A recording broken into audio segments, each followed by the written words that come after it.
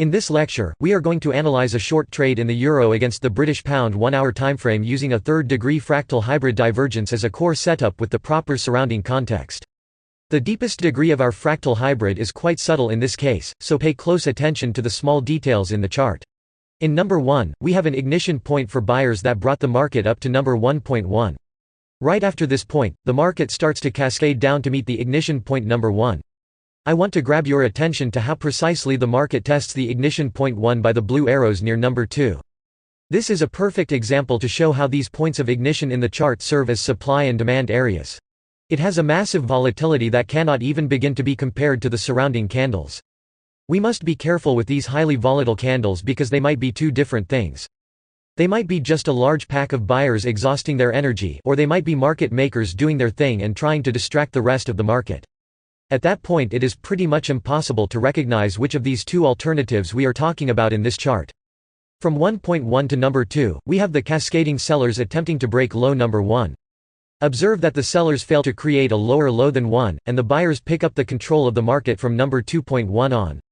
Notice that those large downward tails around number 2 show the fight between buyers and sellers.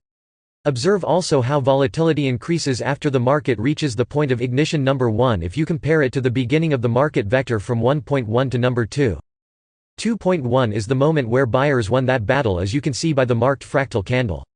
In number 3 is where this market starts to show its rather interesting character because the buyers who just won the flow attempt to make a higher high than 1.1, but they end up being unsuccessful. Those apparently shy sellers from market vector 1.1 to number 2 began to show their true power in candle 3.2. This candle is easily the largest candle on this chart. Beyond that, it is probably twice as big as the second largest candle on the chart, which was candle number 1, which also happened to be the candle that gave origin to the point of ignition of the buyers who were apparently in control of this market.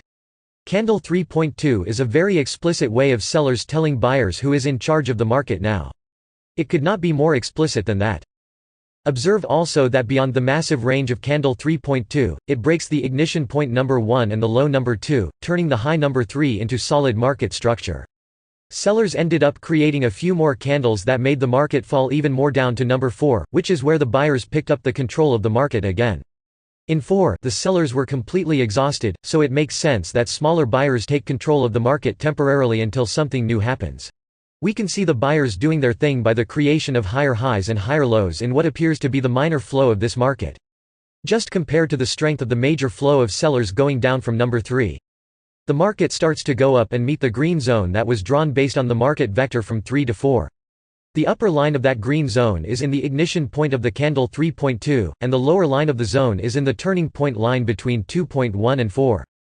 Roughly speaking, this is where those powerful sellers might show up again based on the context we have so far.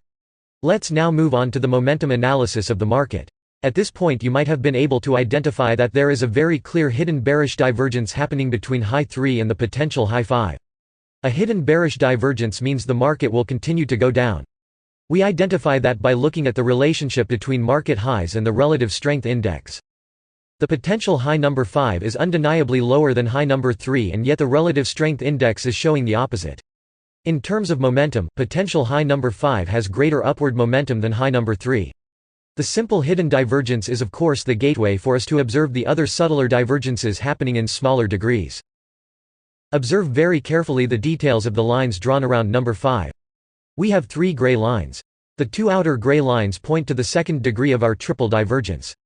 Compare the high of the candle in the left gray line with the high of the candle in the right gray line. The candle in the right gray line is like 2 ticks higher than the candle in the left gray line. If we compare these higher highs relationship to the momentum in the relative strength index, we will be able to observe a simple reversal divergence. Let's not forget that this reversal divergence is happening inside the larger hidden divergence, so this is already a second-degree fractal hybrid. However, we have a third reversal divergence happening in the outer right gray line.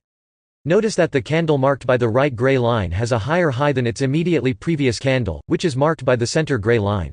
If we look at the relative strength index again, we can see that the peaks are showing a lower high between the center gray line and the right gray line. This is our third divergence in this example, making this a third-degree fractal hybrid. This is as perfect as it gets in terms of fractal hybrids. Observe also that this third-degree fractal hybrid is happening inside our green rectangle that points to the area where the powerful sellers from candle 3.2 might show up again. We also have a pretty good place to put a stop loss above high number 3, but we could also place it above the upper tail of our fractal candle number 5. Our target also seems to be pretty obvious in this trade. The low number 4 represents a potential place for buyers to show up again, although that seems a little unlikely due to the overwhelming power of the sellers from number 3.2.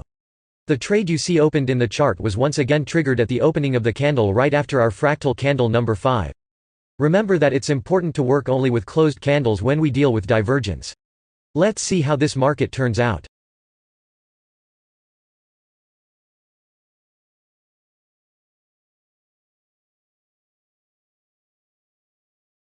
As you can see, our trading context was correct and the third-degree fractal hybrid divergence gave a precise signal for us to enter the market.